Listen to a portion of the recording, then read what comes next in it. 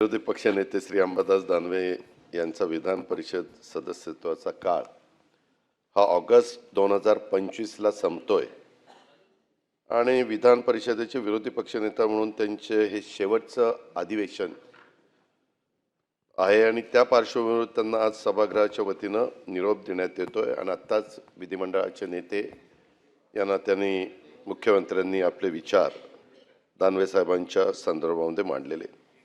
मी माझ्या वतीनं देखील महायुतीच्या सरकारच्या वतीनं देखील त्यांनी सुरुवातीच्या कालावधीमध्ये विधान परिषद सदस्य म्हणून तसेच ऑगस्ट 2022 पासून विरोधी पक्षनेता म्हणून केलेल्या कामगिरीबद्दल समाधान व्यक्त करतो आणि त्यांचं सुरुवातीलाच मी मनापासून अभिनंदन करतो।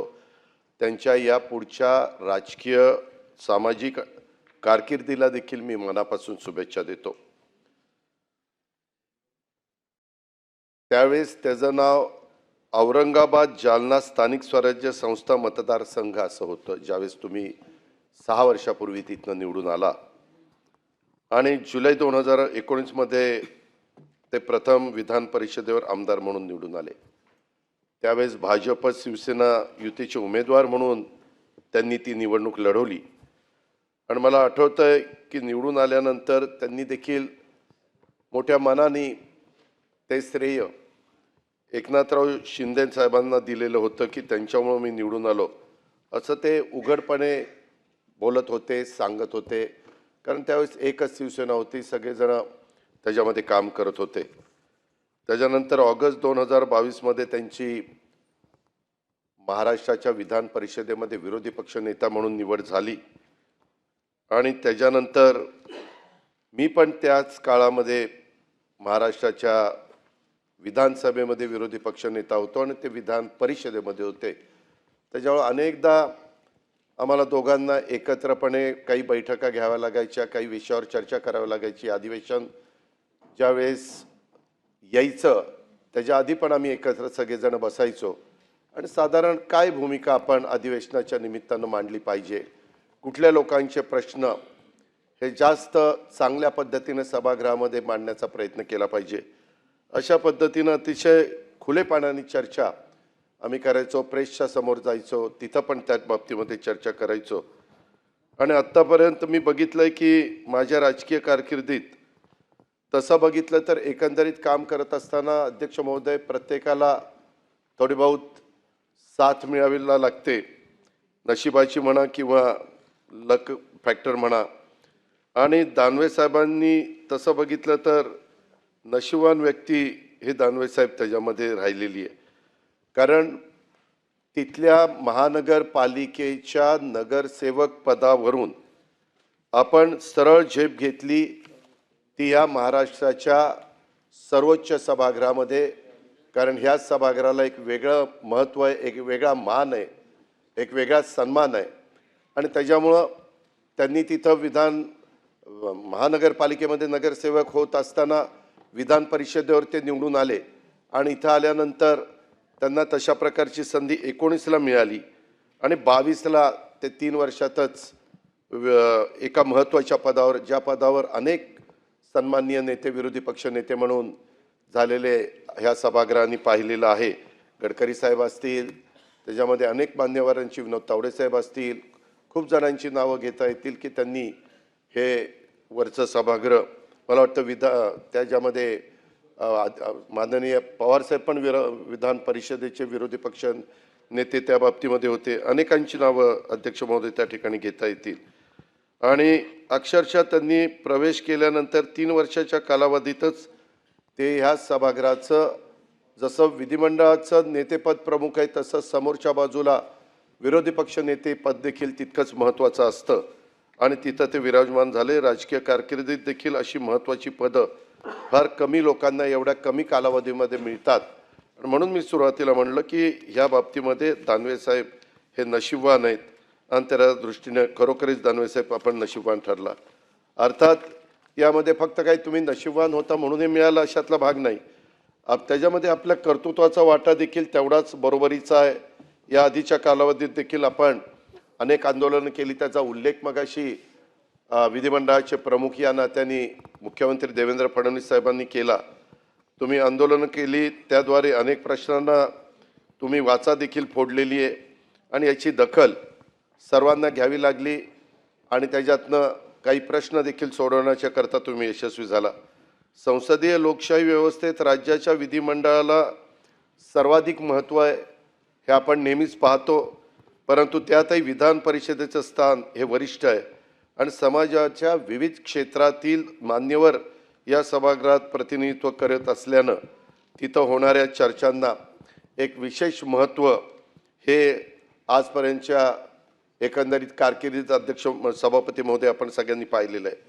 शेती, उद्योग, व्यापार, शिक्षण, आरोग्य, विज्ञान, कला, क्रीडा अशा समाजातील विविध क्षेत्रातल्या मान्यवरांनी गेल्या 100 वर्षात या सभागृहाचं सदस्य म्हणून अतिशय प्रभावीपणे कामगिरी केलेली आहे आणि राज्यातल्या अनेक मान्यवर नेत्यांनी, समाज धुरीणांनी विधान परिषदेमध्ये प्रतिनिधित्व केलेलं आपण जर रेकॉर्ड बघितलं तर सभापती महोदय ते आपल्याला सगळ्यांना पाहायला मिळतं. आणि महाराष्ट्राच्या विधिमंडळाचं वरिष्ठ सभागृह असलेल्या महाराष्ट्र विधान परिषदेचं सन 2021मध्ये आपली शतक महोत्सवी वाटचाल आपण पूर्ण केली. याचा देखील आपल्याला सर्वांनाच सार्थ अभिमान आहे.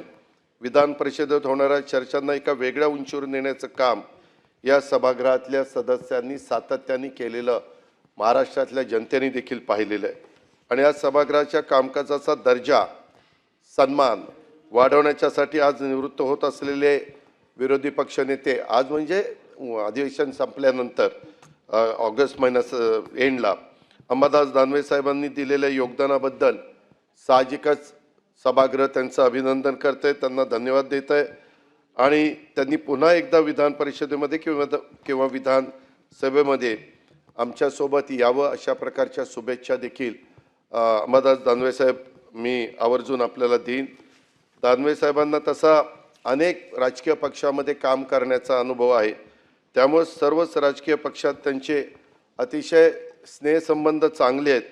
त्यामुळे त्यांच्या विरोधी पक्षनेतेपदाच्या कालावधीत संघर्षाचा प्रसंग फारसा तसा बघितलं तर उद्भवला नाही, कारण सुरुवातीच्या काळामध्ये मला जी माहिती आहे त्याच्यामध्ये अंबादास दानवे साहेब भारतीय जनता पक्षाच्या युवा मोर्चाचे एक सक्रिय कार्यकर्ते म्हणून त्यांनी काम केलं आहे.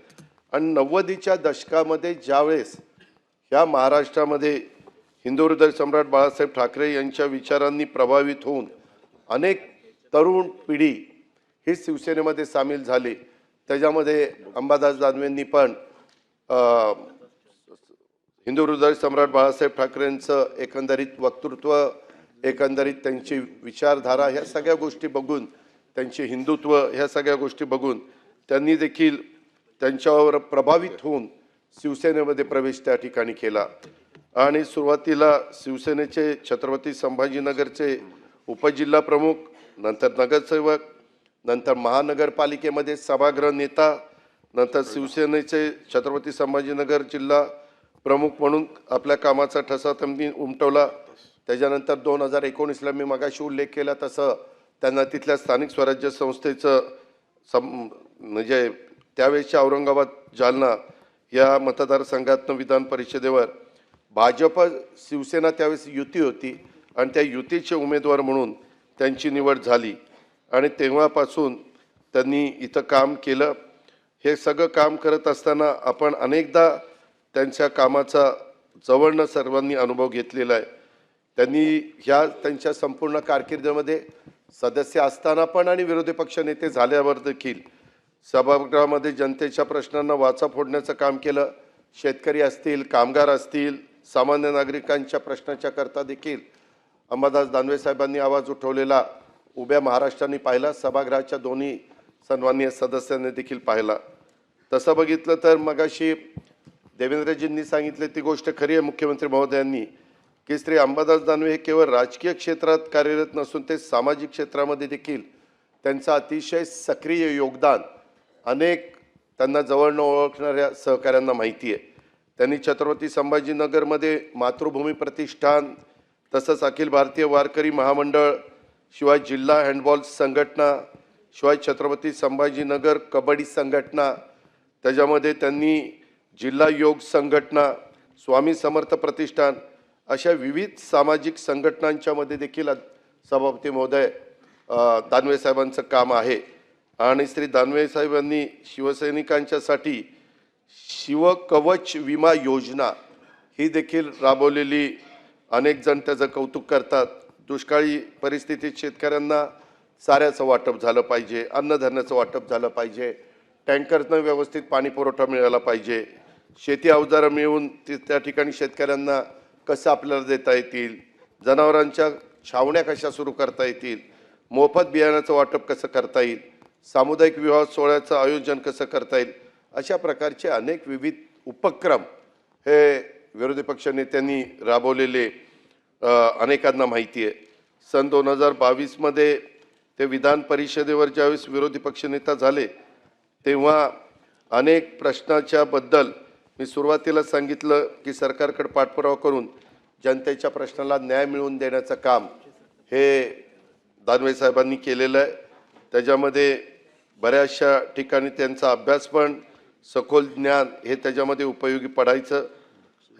श्री दानवे साहेबांनी शिवसेना पक्षाचं प्रतिनिधित्व करताना पक्षाच्या विचारधारेप्रती निष्ठा दाखवली, सत्ताधारी पक्षावर रचनात्मक टीका करून सभागृहामध्ये चर्चा त्यांनी समृद्ध त्या ठिकाणी केल्या आणि विविध सामाजिक आणि राजकीय मुद्द्यांवर देखील ते ठामपणे आपली मतं त्यांनी मांडण्याचं काम केलं। त्याच्यामध्ये मराठा आरक्षणाचा मुद्दा असेल, त्याच्यामध्ये शेतकऱ्यांच्या विविध प्रश्नांचा उल्लेख असेल, स्थानिक स्वराज्य संस्थांच्या निवडणुकीच्या संदर्भामध्ये देखील ह्या निवडणुका झाल्या पाहिजे, लोकांना संधी मिळाली पाहिजे, कार्यकर्त्यांना संधी मिळाली पाहिजे, अशा प्रकारच्या मागण्या देखील त्यांनी सभागृहामध्ये अनेकदा लावून धरलेल्या सभापती महोदय आपण सगळ्यांनी पाहिलेलं आहे।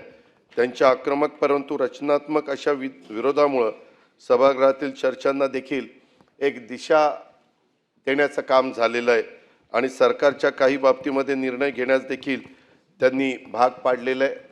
सन्माननीय विरोधी पक्षनेते दानवे साहेब यांचा स्पष्ट वक्तेपणा आणि लोकांशी थेट संवाद साधण्याची त्यांची सवय, त्यामुळं ते कार्यकर्त्यांच्यामध्ये देखील एक आवडते नेते म्हणून त्यांची ओळख आहे। विधान परिषदेमध्ये काही वेळा विविध मुद्द्यांवर चर्चा करत असताना अनेकदा सभापती महोदय तुम्हाला माहिती आहे की संघर्षाचा त्या ठिकाणी प्रश्न येतो किंवा प्रसंग येतो, परंतु त्यावेळेस परिस्थिती चिघळत गेल्यानंतर त्यांनी सौहार्दपूर्ण भूमिका घेऊन वातावरण शांत करण्यास मदत केली व सहकार्याची भूमिका घेतली, हेही सभापती महोदय आपण पाहिलेलं आहे। विरोधी पक्षनेता झाल्यावर त्यांनी जनता दरबाराचे पण काही उपक्रम हे राबवले, त्याद्वारेच्या माध्यमातून लोकांशी थेट संवाद साधण्याचं काम आणि त्यांचे प्रश्न जाणून घेण्याचं काम, ते प्रश्न सोडवण्याचं काम आणि दुष्काळ अतिवृष्टी झाल्यावर सातत्याने शेतकऱ्याच्या बांधावर जाऊन देखील त्यांच्याशी संवाद साधण्याचं काम हे त्यांनी त्यांच्या कारकिर्दीमध्ये केलं। हा महाराष्ट्र कधी विसरणार नाही, शेतकरी कधी विसरणार नाही आणि महाराष्ट्रातील 12 जिल्ह्यात ऑन दी स्पॉट प्रश्नाची सोडवणूक अशाही प्रकारचं त्यांचं काम या काळामध्ये झालं। अकोला शेवगाव दंगलग्रस्त भागांना देखील त्यांनी भेटी दिल्या। मला आठवतं एक मेळघाटमध्ये देखील मुक्काम करून अनेक आदिवासी पाड्यांना भेटी देण्याचं काम त्यांनी त्यांच्या ह्या कारकिर्दीमध्ये केलेलं आहे। अंगतपुरी शिरूर येथे आदिवासी बांधवांशी पण त्यांनी संवाद साधला। दरडग्रस्त हशिडवाडी आणि तळीये गावांना देखील भेटी दिलेल्या सभापती महोदय आपण बघितल्या। त्यांनी गडचिरोलीमधल्या नक्षलग्रस्त भागांना देखील भेटी देण्याचं काम केलेलं आहे। सांगायचं तात्पर्य की महाराष्ट्रातला चांद्यापासून बांद्यापर्यंतचा जो सगळा परिसर विखुरला गेलेला आहे, कुठं जिरायत शेती आहे, कुठं बागायती शेती आहे, कुठं आदिवासी भाग आहे, कुठं बिगर आदिवासी भाग आहे, नक्षलग्रस्त भाग आहे, अशा या सगळ्या भागातल्या प्रश्नाची जाण आपल्याला विरोधी पक्षनेता म्हणून असली पाहिजे। अशा प्रकारे निश्चितपणे अभ्यास करून दानवे साहेबांनी त्याच्यामध्ये काम केलं। आज हा मोठेपणा त्यांनी त्याच्यामध्ये त्यांचा आपल्याला सगळ्यांना बघायला मिळतोय। शेवटी मी नेहमीच भाषण करत असताना किंवा काही विचार मांडत असताना सभापती महोदय सांगत असतो, काळ वेळ कुणाकरता थांबत नसते आणि तो बघता बघता त्यांचा 6 वर्षाचा कारकिर्दीचा काळ आज हा संपत आलेला आहे। ह्या अधिवेशनाचं हे शेवटचं अधिवेशन असल्यामुळं त्याच्यामध्ये आज त्यांचा इथला कार्यक्रम, आज विरोधी पक्ष नेते अंबादास दानवे यांचा निरोप देण्याचा कार्यक्रम इथं आयोजित केलेला आहे।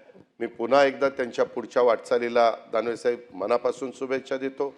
निश्चितपणे तुमची पुढची कारकीर्द ही अधिक उत्तम, तुमच्या आजपर्यंतचा जो अनुभव आहे त्या अनुभवाच्या जोरावर तुम्ही अधिक चांगल्या प्रकारचं काम महाराष्ट्राच्या सर्व जाती धर्माच्या लोकांच्या करता कराल अशा प्रकारचा खात्री मी ह्या निमित्तानं बाळगतो.